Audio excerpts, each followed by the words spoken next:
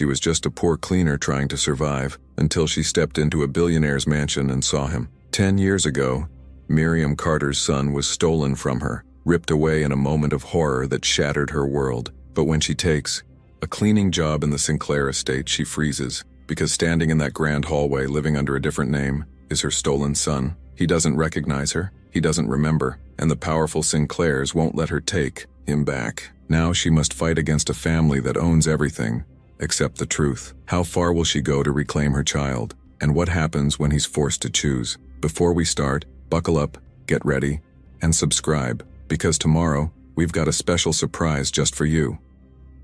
Miriam Carter's hands ached from scrubbing, her knuckles raw from the endless work. The scent of bleach clung to her clothes, an unshakable reminder of her daily struggle. She wiped the sweat from her brow, pushing aside the exhaustion that never seemed to leave. This was her life now, cleaning offices, hotel rooms, and houses for people who barely acknowledged her existence. But no amount of scrubbing could wash away the emptiness inside her. 10 years had passed, and the pain hadn't dulled. Every morning she woke up hoping it had all been a nightmare, that she'd roll over and hear Elijah's small voice calling for her. But the reality was cruel. He was gone, stolen from her in broad daylight, from a playground just blocks from their apartment. She had turned her head for 1 second, and when she looked back, her baby boy had vanished. The police searched, posters were hung, the news covered his disappearance for weeks, then months, then years, but no trace of him was ever found. Miriam never stopped searching. She never accepted that he was just gone.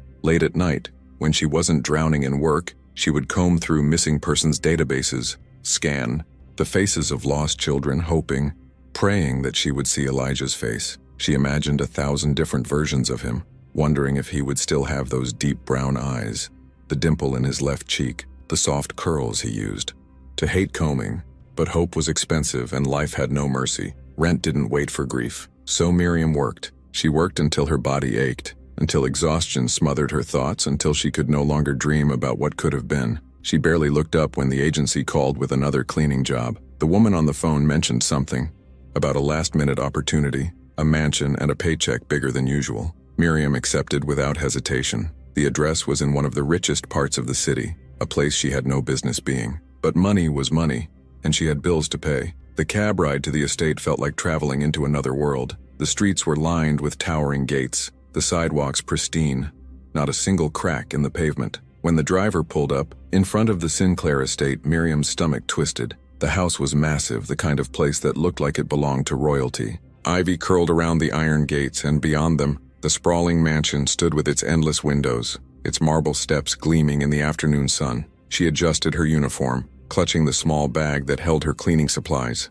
This was just another job, just another house filled with people who would never look twice at her. She had long since accepted that to them, she was invisible. Taking a deep breath, she pushed open the heavy iron gate and stepped inside. If she had known what waited for her beyond those doors, she might have turned and run. The Sinclair estate was even more intimidating up close. The towering front doors stretched nearly twice her height, carved with intricate patterns that looked like something out of a museum. A uniformed housekeeper let her in without a second glance, barely muttering instructions before disappearing down a long hallway.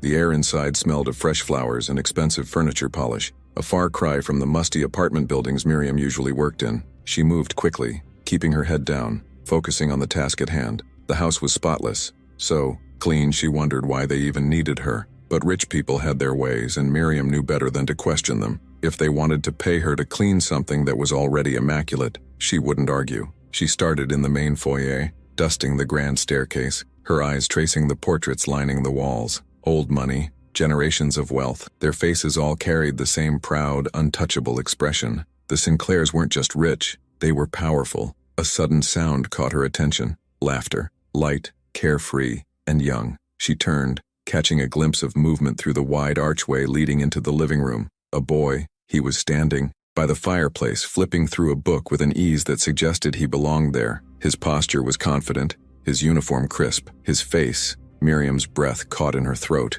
Her grip on the dusting cloth tightened as her pulse pounded. In her ears, the boy had Elijah's face, the same deep brown eyes, the same dimple in his left cheek, the same soft curls she used to run her fingers through when he fell asleep. He looked older, taller, but it was him. It had to be him. Her entire body went cold. This wasn't possible. Miriam took a step forward.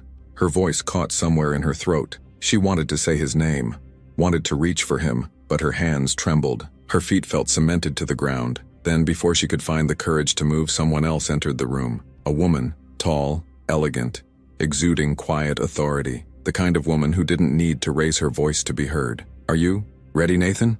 the woman asked, her voice soft but firm. Miriam's stomach twisted. Nathan, not Elijah. The boy, her son, lifted his head and smiled. "Yeah, I just have a few more pages left." Miriam felt like the floor had been ripped out from under her. Nathan, they had given him another name. They had erased him. Her vision blurred, a mix of shock, rage, and heartbreak. Her son, her stolen son, was standing right there, living a life that was never meant to be his, and worst of all, he didn't even know she existed. Miriam's breath came in shallow gasps as she backed away from the archway, her heart hammering so loudly she could barely hear anything else. She forced herself to move, gripping her cleaning cloth so tightly it nearly tore in her hands. The polished floors beneath her feet felt unstable, like she was walking on air, floating between a dream and a nightmare. Her son was here, alive, standing in front of her with a different name, a different life, completely unaware of who she was. She swallowed hard, her throat tight, her body trembling. A part of her wanted to rush into the room, grab him, shake him, demand that he remember her. But another part, the rational, terrified part, knew that would only end in disaster. She needed to be smart, careful. If the Sinclairs had gone through the effort of erasing Elijah's past, of stealing him and giving him a new identity, they wouldn't let him go without a fight. Steeling herself, she turned away and forced herself to focus. She needed more information. The house was massive, filled with endless hallways and closed doors, but she moved with practiced silence, her years of cleaning giving her an advantage. The mansion had that eerie stillness of the ultra-rich, a kind of quiet that made every breath feel too loud. She stayed in the shadows, keeping an ear out for voices, for clues. The boy, Nathan, Elijah, her son, was somewhere upstairs now, his footsteps fading. Miriam stayed near the main hall, her eyes scanning the house for anything that might tell her more about how this happened. A large wooden cabinet sat in the corner of the parlor, its glass doors filled with pristine family portraits. She approached, slowly, careful not to attract attention. Her fingers trembled as she reached out and traced the edge of a framed photo. It was him, a professional portrait of the Sinclairs. Evelyn Sinclair, the tall, poised woman from earlier, sat with her husband Richard, a man with sharp features and an air of quiet authority. And there, standing beside them, was Elijah, Nathan Sinclair. His smile was wide, confident. He looked happy, like he belonged. Miriam clenched her jaw, her stomach twisting painfully. This was her son, yet he had no memory of her, no connection to the life that had been stolen from him. The Sinclairs had taken everything. Her body trembled with barely contained rage, but she couldn't afford to lose control. Not yet. She needed to talk to him. She needed to look him in the eyes and hear his voice up close to see if there was any part of him that still remembered her. And she would, no matter what it took. Miriam forced herself to move, to keep cleaning, to keep her hands busy so she wouldn't completely lose control. Her mind raced, a storm of memories and questions colliding all at once. How had they taken him? Who had helped them erase his past? And most importantly, did he remember anything? She had to find a way to talk to him, to look into his eyes and see if there was even the smallest flicker of recognition. But she couldn't just walk up to him. The Sinclairs were powerful, and people like her, poor, invisible, disposable, weren't meant to be seen, let alone acknowledged. She needed to be careful. Miriam took slow, deliberate steps, making her way toward the wide staircase. The house was silent except for the occasional murmur of voices from upstairs. She took a deep breath, forcing her heartbeat to slow. Then she heard his voice. It was coming from one of the hallways on the second floor. Light, casual, but undeniably his. She had spent years replaying the sound of Elijah's voice in her head, the way he used to giggle, the way he used to call for her in the middle of the night when he was scared. Now, he was here, so close she could reach him. She hesitated, only for a second before taking the stairs, moving as if she belonged there. Most rich families ignored the help, barely noticing their presence. If she was careful, she could slip by without drawing attention. The hallway was lined with doors, each one closed except for one at the far end. The sound of his voice drifted out. She moved closer, heart pounding, until she reached the doorway and peered inside. He was sitting on the edge of his bed, flipping through a book, completely at ease. His uniform blazer was neatly folded beside him, and his shoes were lined up perfectly near the door. He looked disciplined, well-trained, a child raised to be obedient, to fit into a world he didn't originally belong to. Miriam's breath hitched. Elijah? It slipped out before she could stop herself. The boy, her son, froze. He lifted, his head, brow furrowing slightly. What? Her throat tightened. She couldn't move, couldn't breathe. For a second their eyes locked, and for that single heartbeat she swore she saw something. A flicker of familiarity, a distant echo of something forgotten. Then, just as quickly, it was gone. I'm sorry, she stammered, gripping her rag tightly. I thought I'd never mind. Nathan blinked, clearly confused, but shrugged. It's okay. Then just like that he turned back to his book, his attention already drifting elsewhere. Miriam's chest ached. He didn't know her. He didn't remember, and that hurt more than anything else.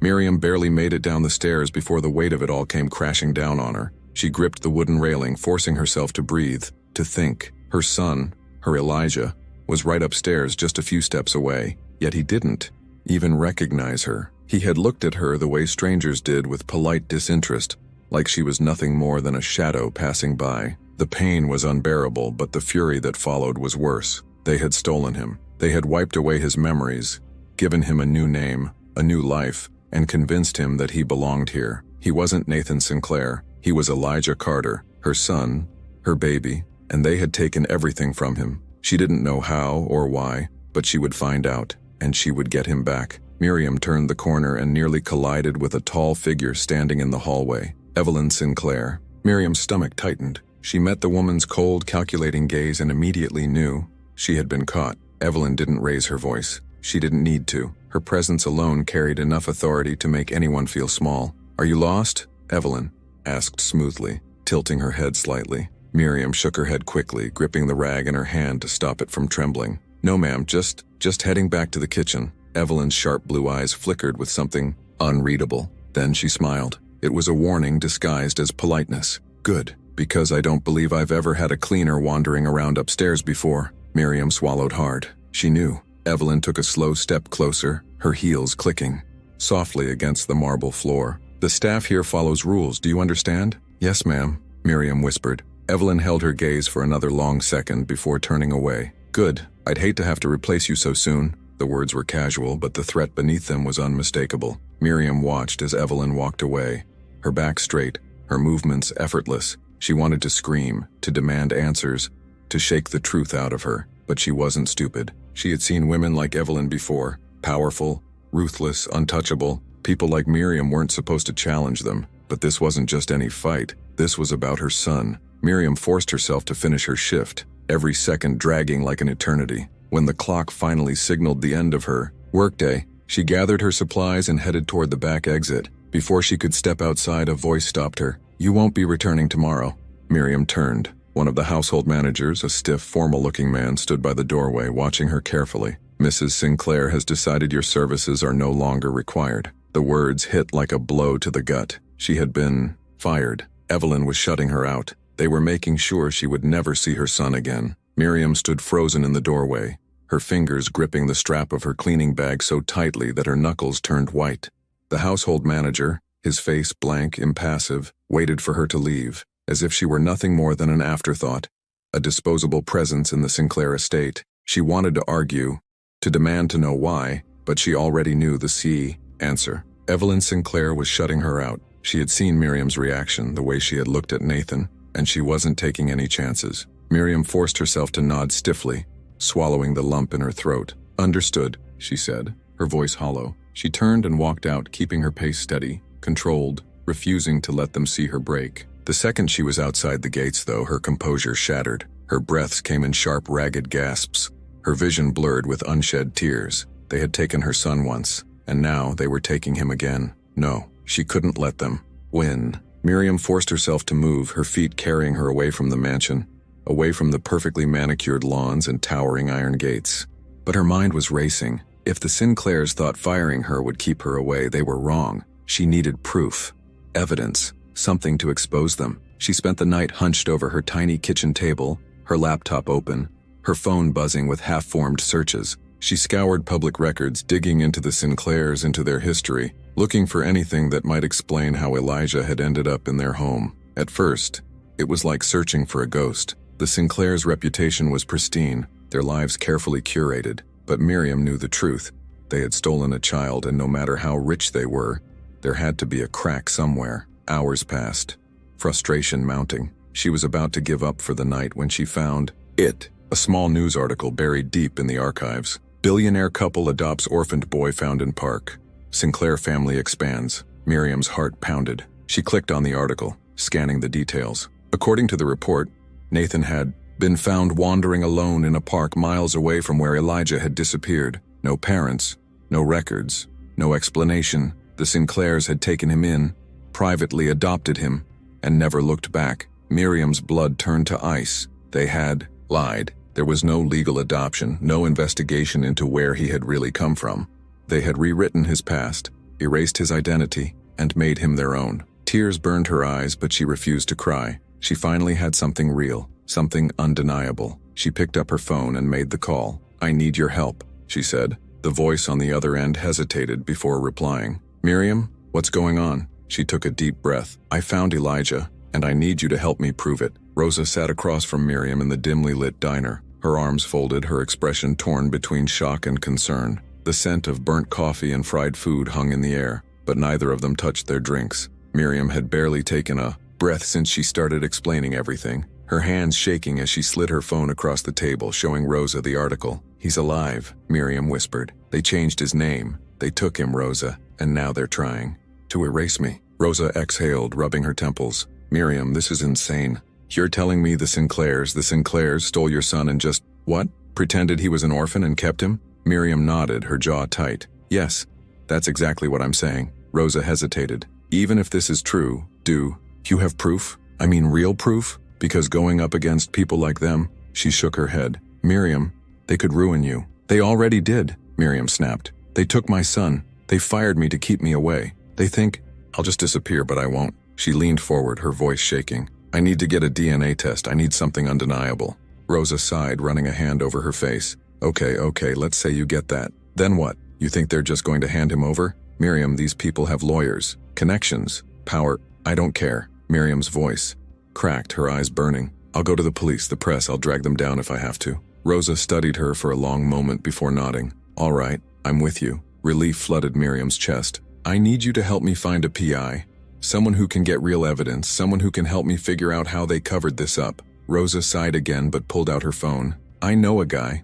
He's not cheap, but he's good." An hour later, Miriam was sitting across from Dante Pierce, a former cop turned private investigator, in his cramped office. He listened as she laid out the entire story, his sharp eyes never leaving her face. When she finished, he leaned back in his chair, fingers steepled. "You know what you're asking for, right?" he said. "The Sinclairs aren't just rich, they're untouchable. If I start digging, they'll know." Miriam's spine stiffened. "Then make sure they don't find out." Dante studied her for a moment, then nodded. "All right, I'll see what I can find." For the first time in 10 years, Miriam felt something other than helplessness.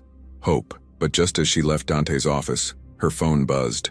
Unknown number. "Stop looking." A chill ran down her spine. She looked around, but the street was empty. The Sinclairs knew, and now, the real fight had begun. Miriam stared at the message, her fingers tightening around her phone. A cold, creeping fear crawled up her spine, but she refused to let it settle. Stop looking. That meant they knew. That meant they were watching. Good, let them watch. She wasn't stopping. She took a slow breath, forcing her hands to steady. Then she deleted the message. There was no point in panicking. If the Sinclairs were trying to scare her, it only proved that she was getting close to something they didn't want her to find. By the time she got home, Rosa was already waiting in her apartment, pacing. "Dante called me," she said the moment Miriam walked in. "He found something." Miriam's pulse spiked. "What?" Rosa hesitated. "It's not good." Dante's voice crackled over the speakerphone as he laid it out. "The adoption was a cover-up, just like you thought," he said. "But it goes deeper than that. They didn't just take Elijah and change his name. They paid to erase his past, wiped out missing persons reports, altered hospital records, even faked legal adoption paperwork." Miriam's knees felt weak. "How is that even possible?" Dante exhaled. "When you have enough money, anything's possible." He paused. "But here's the real problem. The people who helped them cover this up, they're still protecting them." The adoption records were sealed by a judge, one with close ties to Richard Sinclair. "If you take this to the police now, they'll bury it before it even gets investigated." Miriam clenched her fists. "So what do I do?" "You need to go public," Dante said. "Expose them before they can silence you." Once the story is out there, they can't control it anymore. Miriam's heart pounded. She had been prepared to fight, but this was war. The Sinclairs had powerful allies, ones who could make things disappear. If she went public, she would be painting a target on her back. Rosa must have seen the hesitation in her face. "Miriam, this is your son. If you don't do this, they win." Miriam closed her eyes, taking a shaky breath. She had spent 10 years living in pain, drowning in grief, believing she had lost Elijah forever. But now she knew the truth. He was alive, and she would rather burn the entire Sinclair empire to the ground than let them keep him. She opened her eyes. "I'm doing it." Within an hour, Dante had set up an anonymous leak. The story was sent to multiple journalists, each one receiving the truth, the fake adoption, the erased records, the cover-up. Miriam knew it wouldn't take long before it spread, and it did. By the next morning, the headlines were everywhere. Billionaire family accused of kidnapping. Private adoption under scrutiny. Miriam barely had time to process it before the knock came at her door. 2 uniformed officers stood outside. "Ms. Carter," one of them said, "you need to come with us." The Sinclairs were making their next move. Miriam's stomach dropped as she met the cold stares of the officers at her door. She knew this was coming, but she had hoped for more time. More time to prepare, to think, to get ahead of the Sinclairs before they struck back. "Am I under arrest?" she asked, her voice steady despite the way her hands trembled at her sides. The taller officer, a middle-aged man with a thick mustache, shook his head. "We just need to ask you some questions, ma'am." Miriam swallowed hard. That was a lie. She could hear it in his tone, see it in the way his partner shifted uncomfortably beside him. They weren't here to ask. They were here to intimidate. She hesitated. She could refuse, tell them to come back with a warrant, but that would only escalate things. If she made it seem like she had something to hide, they'd find a reason to force her to cooperate. Taking a deep breath, she grabbed her coat and stepped outside. Rosa, standing just behind her, whispered, "Don't say anything without a lawyer." Miriam nodded. She wouldn't. The ride to the station was silent. The weight of what she had done, exposing the Sinclairs, forcing their secrets into the light, hung heavy in the air. She could feel the officers watching her, waiting for her to break, but she wouldn't give them the satisfaction. When they arrived, she was led into a small, windowless room. A single chair, a single table, a single light flickering above. Designed to make people feel small. She sat, crossing her arms, waiting. The door opened a few minutes later, and a man in a suit stepped in. Detective Alan Grayson. She recognized him from old news reports, a cop with a reputation for handling high-profile cases. He didn't waste time. "Ms. Carter, do you know why you're here?" Miriam met his gaze. "I have an idea." Grayson leaned back in his chair, studying her. "You made some serious allegations against one of the most powerful families in the city." "They're not allegations," she said. "They're the truth." Grayson sighed. "Ms. Carter, I'm going to be honest with you. Right now, all I see is a desperate woman who lost her child and is looking for someone to blame." Rage burned through her. "I found proof, the kind of proof that wouldn't hold up in court." He placed a file on the table and slid it toward her. She hesitated before opening it. Inside was her own record. Every struggle, every financial hardship, every desperate attempt to find Elijah. "You have a history of filing missing persons reports, making claims that never led anywhere," Grayson said. "It paints a picture, Ms. Carter. A woman who refuses to move on." Miriam's hands shook as she slammed the file shut. "This isn't about me," she whispered. "It's about them." Grayson folded his hands. "And what if I told you they're saying the same thing about you?" The Sinclairs were flipping the narrative, and they were winning. Miriam stared at the file, her pulse thundering in her ears. They were trying to make her look unstable. A desperate, grieving mother who had lost touch with reality. It was a setup, a trap, and if she wasn't careful, she would walk right into it. She forced herself to breathe, gripping the edges of the table to keep her hands steady. "This is what they do, isn't it?" she said, lifting her gaze to Grayson. "They erase the truth, rewrite the story, make people disappear. That's how they got away with it for so long." Grayson didn't react. His expression remained unreadable, professional, but she saw something flicker in his eyes. Hesitation. "Ms. Carter, you went public with serious accusations," he said finally. "The Sinclairs claim they legally adopted Nathan. They have documentation, fake documentation, then prove it." Miriam clenched her jaw. That was exactly what she was trying to do. But the Sinclairs had resources she didn't. They could pay for airtight lies, for legal loopholes that would bury the truth under layers of expensive fabricated paperwork. And if she made one wrong move, they would use this file, this manufactured narrative of a grieving, delusional mother, to destroy her. "I want a lawyer," she said, her voice steady. Grayson nodded, closing the file. That's your right. Minutes. Later, she was released. No charges, no official accusations, just a warning. The message was clear. Drop this. Walk away, or we will ruin you. But they didn't know Miriam Carter. She wasn't backing down. By the time she returned home, her apartment was surrounded by reporters. The story had already exploded. Some headlines supported her, calling her a brave mother fighting for justice. Others painted her as unstable, a woman obsessed with a child that wasn't hers. Miriam pushed through the crowd, ignoring the shouted questions. Inside, Rosa was pacing, her face pale. They're dragging you through the mud, Miriam, saying, you've been harassing the Sinclairs for years, that you have a history of unstable behavior. Let them talk, Miriam said, her voice hard. I don't care what they say about me. This isn't about me, it's about Elijah. Rosa hesitated, then exhaled. Dante called. He found something else. Miriam's pulse quickened. What? Rosa swallowed. Hospital records. From the night Elijah was taken. There was a second police report, one that never made it into official records. Someone saw something. Miriam's breath caught. Who? A witness. A man who worked security at a park near where Elijah was taken. He said he saw a woman, Evelyn Sinclair, leading a small boy into a black car that night. Miriam's knees nearly buckled. They had her, they had the truth. But before she could even process it, her phone rang, a number she didn't recognize. She answered. A familiar, hesitant voice came through the line. Are you my mother? Elijah. Miriam nearly dropped the phone. Her breath hitched, and for a moment she couldn't speak. The voice on the other end was hesitant, unsure, but it was his. It was Elijah's. Tears blurred her vision as she clutched the phone tighter. Elijah? Her voice cracked barely above a whisper. A pause, then, I don't know. They said my name is Nathan, but a shaky breath. I saw the news. I saw your face. And I remember things. Little things. A song. A park. A woman's voice calling my name. Miriam squeezed her eyes shut, pressing a hand to her mouth to stop the sob from escaping.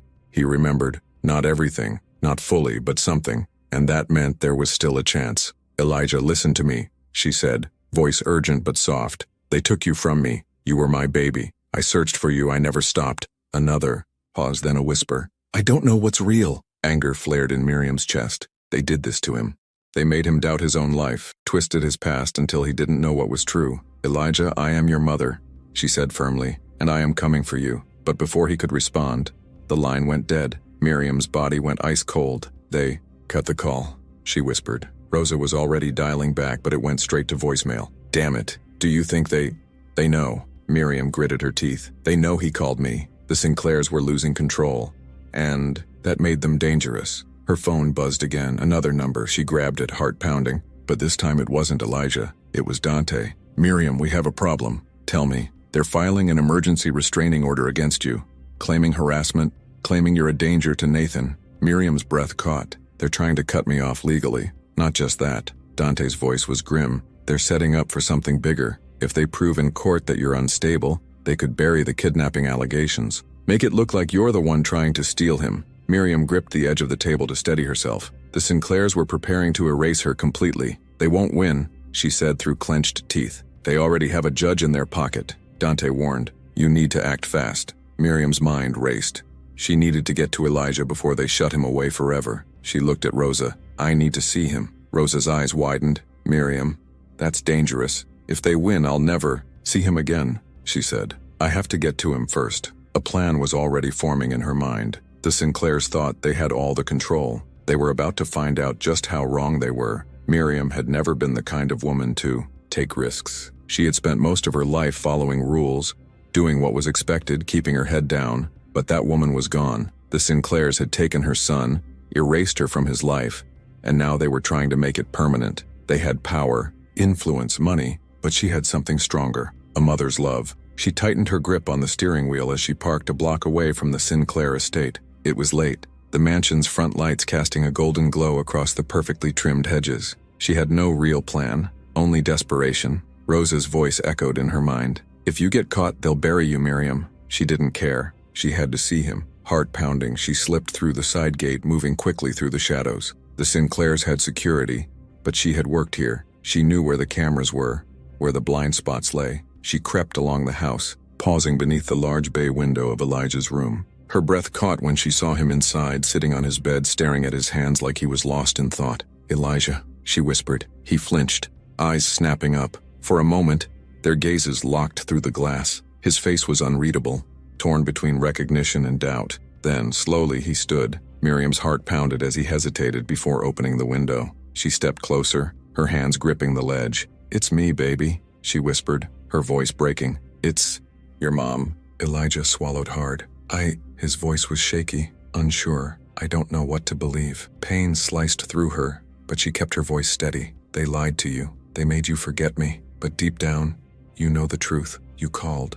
"Me?" His eyes searched hers, and then, in the smallest voice, he said, "Sing the song." Miriam's breath caught. It was the lullaby, the one she used to hum when he was little, when he curled into her arms after a bad dream. She swallowed the lump in her throat and sang, soft, gentle, just like she had all those years ago. Elijah's lips parted, his eyes wide with something like recognition. His hands gripped the windowsill. "Mom?" Tears streamed down Miriam's face. "Yes, baby. Yes." The moment shattered. The door burst open. Evelyn Sinclair stood there, fury radiating off her like fire. "You need to leave," she hissed. Elijah spun to face her. "Is it true?" His voice shook. "Did you steal me?" Evelyn's face twisted, but before she could speak, footsteps pounded down the hall. Security. Miriam had seconds. "Elijah, come with me," she begged. For a heartbeat, he hesitated. Then, he ran to her. His hand clasped hers, and together, they fled into the night.